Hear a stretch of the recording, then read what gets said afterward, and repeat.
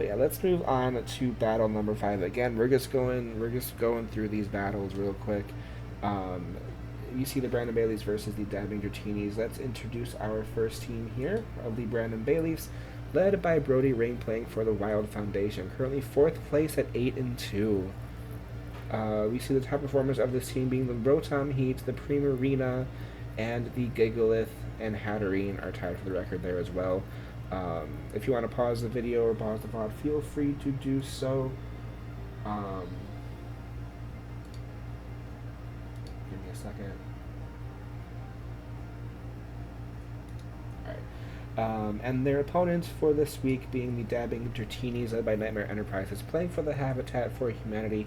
Currently 5th place at 7-3. The top performers of this team being, of course, the Baby Shark and the Iron Valiant and the Skarmory here, which is surprising that the Skarmory has more knockouts than the Iron Moth, but I digress. Again, if you want to feel free to pause the video to look at the team sheet better, but we're going to move on to the starting lineups. We see the Rotom Heat from the Brandon Bayleefs, the Gigalith, the Hatterene, the Eldegoss, the Dodrio coming back, and the Flygon.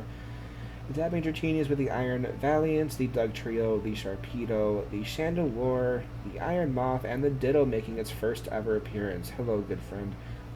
Let's go right into the battle here. The Brandon Bayleefs are going to lead with the Araquanid, the Gigalith, with the Dugtrio being led by the Dabbing Dratinis.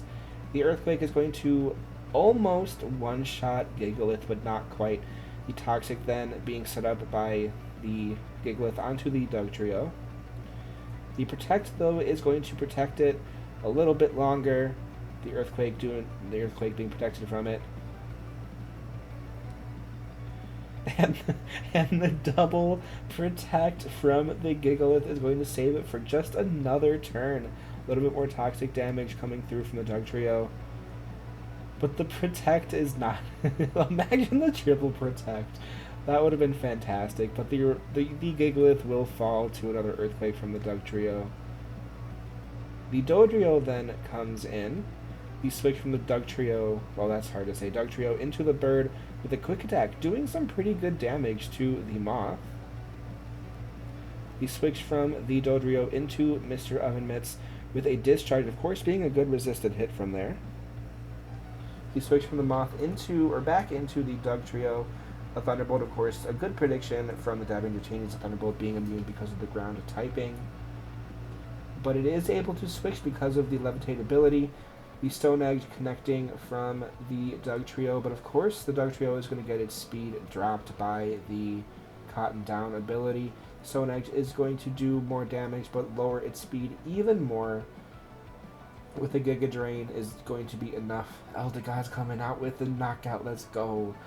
I love it. I love Eldegoss. But the Great Balls of Fire Chandelure is going to switch in with the Slithering question mark. The Flygon coming in. The Shadow Ball is going to do a lot of damage to the Flygon. It is going to get recovered back to half, with the Roost bringing it back to full HP. Another Shadow Ball is going to connect, though, and drop its special defense. The 10% chance to drop special defense is kind of scary. But the Earthquake isn't going to be enough to take down the Chandelure, and the Shadow Ball, of course, will be because of the drop to the special defense.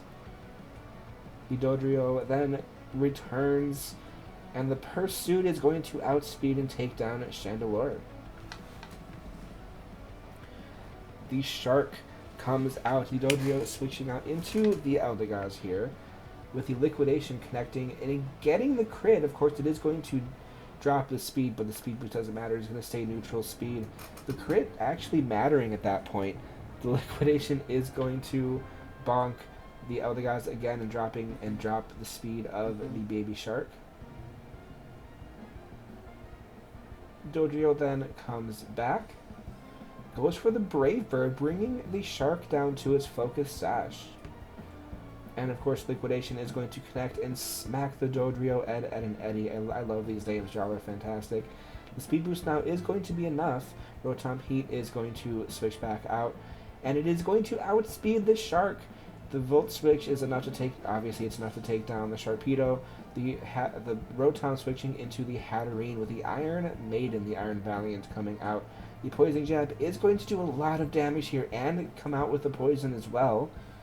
I think a 10% chance or 30% chance. Either way, the Trick Room being set up, but the poison is going to drop the Hatterene. With just Mr. Ovenmitz left, will it be enough? The close combat is not enough.